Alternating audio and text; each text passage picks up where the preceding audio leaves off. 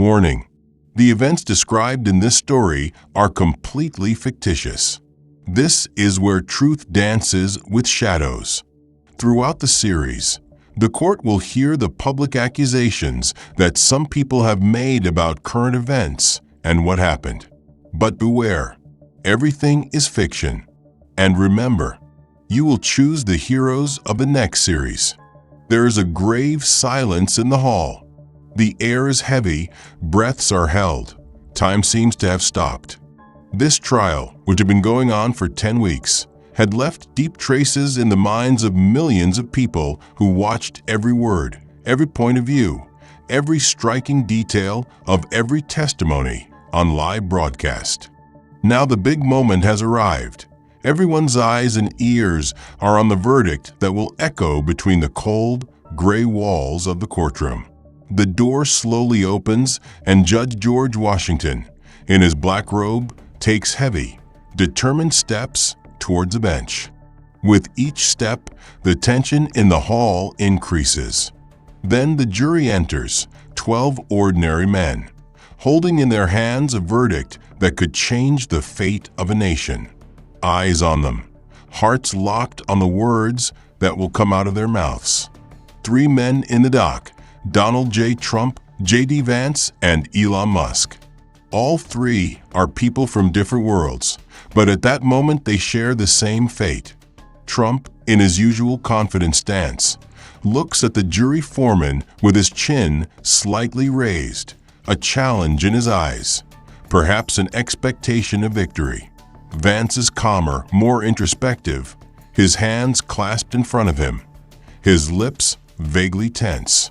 Musk, as always, seems to be in another dimension. His eyes are on the jury, but his mind is already on Mars, detached from this world. Chief Justice Washington takes the bench. He straightens the sleeves of his robe, lowers his spectacles slightly, and turns to the jury. His voice echoes like a bell in the hall. Has the jury reached its verdict? The foreman of the jury, Abraham Lincoln, stands up. The envelope he holds in his hand attracts everyone's attention, as if it were the fuse of a bomb. His voice is shaky but determined. Yes, Your Honor. The envelope is handed to the official. The attendant crosses a distance of a few seconds, like an eternity, and hands the envelope to the judge. Macmillan takes the envelope and opens it carefully. His fingers glide softly over the paper. His eyes scan the lines, and the courtroom is silent. Everyone tries to catch a clue from his face, but Washington's expression is stony, emotionless. Then he lifts his head, takes a deep breath, and speaks. "Donald John Trump," he says, his voice rippling through the courtroom. "The jury finds you not guilty of all the charges against you." A moment's pause. The hearts of everyone in the hall stop in that second. He's been acquitted. Suddenly the hall is alive. Murmurs rise. Whispers merge into a roar. Trump closes his eyes, throws his head back slightly, and takes a deep breath. A look of relief, perhaps of triumph, appears on his face. He rests his hands on the table, as if at that moment he had reconquered the whole world. Washington raises his voice, silencing the crowd, and continues. James David Vance. Vance's eyes turn to the judge, holding his breath. "The jury has acquitted you." Vance's shoulders slump, the tension giving way to an inner peace. He bows his head. A faint, almost imperceptible smile appears on his lips. He rubs his forehead with his hand, as if relieved of a burden he has been carrying for weeks. Washington takes one last look at the paper, then turns his eyes to the third defendant, Elon Musk. Musk's gaze suddenly sharpens, momentarily distracted. "The jury has acquitted you." Musk pauses for a moment. He nods his head slightly, but there is no triumph or relief on his face. His eyes are far away, as if this verdict is just a formality for him, as if the real issue is in a much bigger plan. He puts his hand to his chin, lost in thought. President Washington returns to the bench. He straightens his robes once more, looks round the courtroom one last time. This time his voice is more definite, more final. This court is adjourned. The case is closed. The gavel lands on the table. That harsh, short voice plays the last note of this epic story that has been going on for weeks. At the same moment, cameras explode. Flashes turn the courtroom into a sea of light. Journalists attack their notebooks. Whispers grow among the audience. As the hall slowly begins to empty, the defendants rise from their seats. Trump, in his usual theatrical manner, raises his hands in the air and makes a victory sign. He turns to the crowd and smiles, as if at the last rally of an election campaign. Vance, more modestly, moves towards his mother and hugs her tightly. The moment shines like a crumb of humanity in all this chaos. Musk pauses for a moment before disappearing into the crowd. His eyes fall on the digital clock on the wall. It reads 9:07. He tilts his head slightly, a faint murmur on his lips. Time. Always time. Then he straightens his jacket and leaves quietly. When the courtroom is completely empty, only a resounding silence remains. The noise of the courtroom was replaced by a deep silence. The case was closed. The crowd had dispersed. The flashes had faded.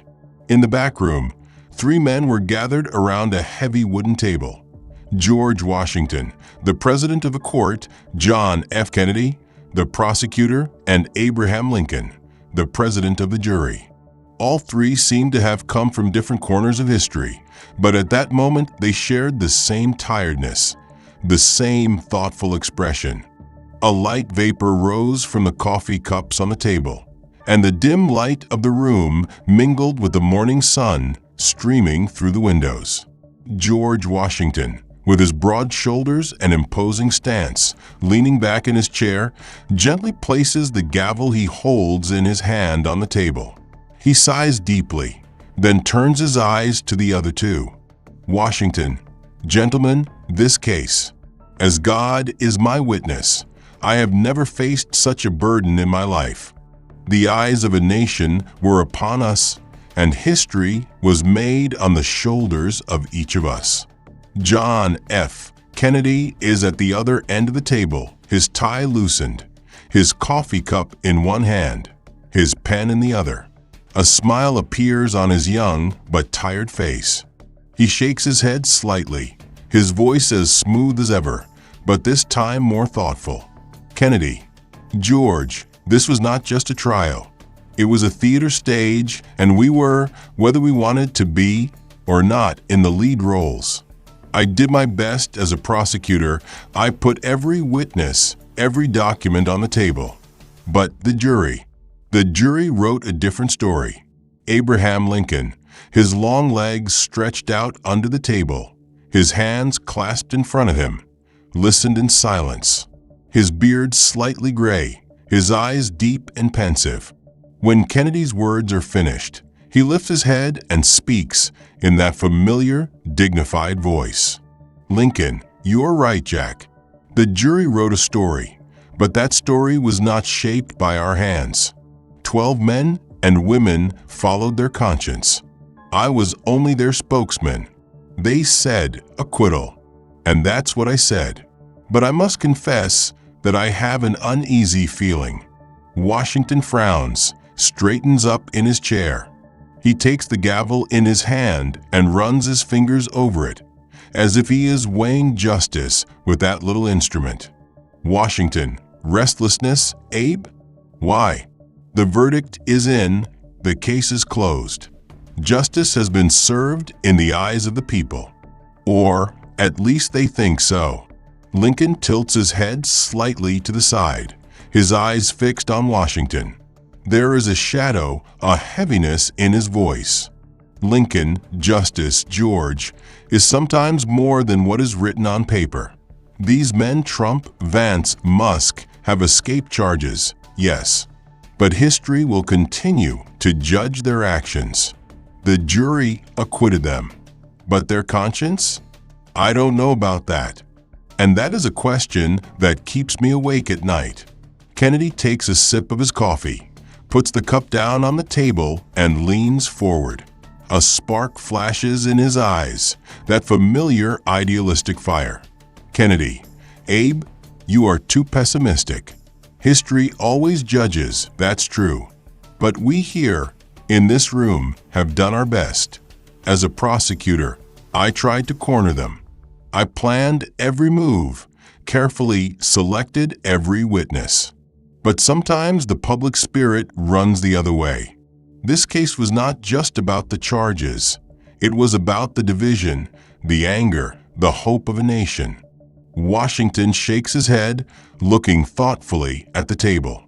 Then he raises his eyes, and his voice becomes sterner, more determined. Washington, the spirit of the people, yes. But we are responsible for guiding that spirit, Jack. When I sat on this bench, I was impartial. I tried to keep the scales of justice balanced. But I must admit, these three men, they are like a hurricane, a force that neither law nor morality can fully capture. Perhaps Abe is right. History will see what we cannot. Lincoln shifts slightly in his chair, stroking his beard with long fingers. His eyes drift away, as if remembering another time, another war. Lincoln, a hurricane, you say? Yes, they are. But hurricanes pass, leaving destruction or a place to rebuild. So it is with these men. They will either herald destruction or lay the foundation for something new.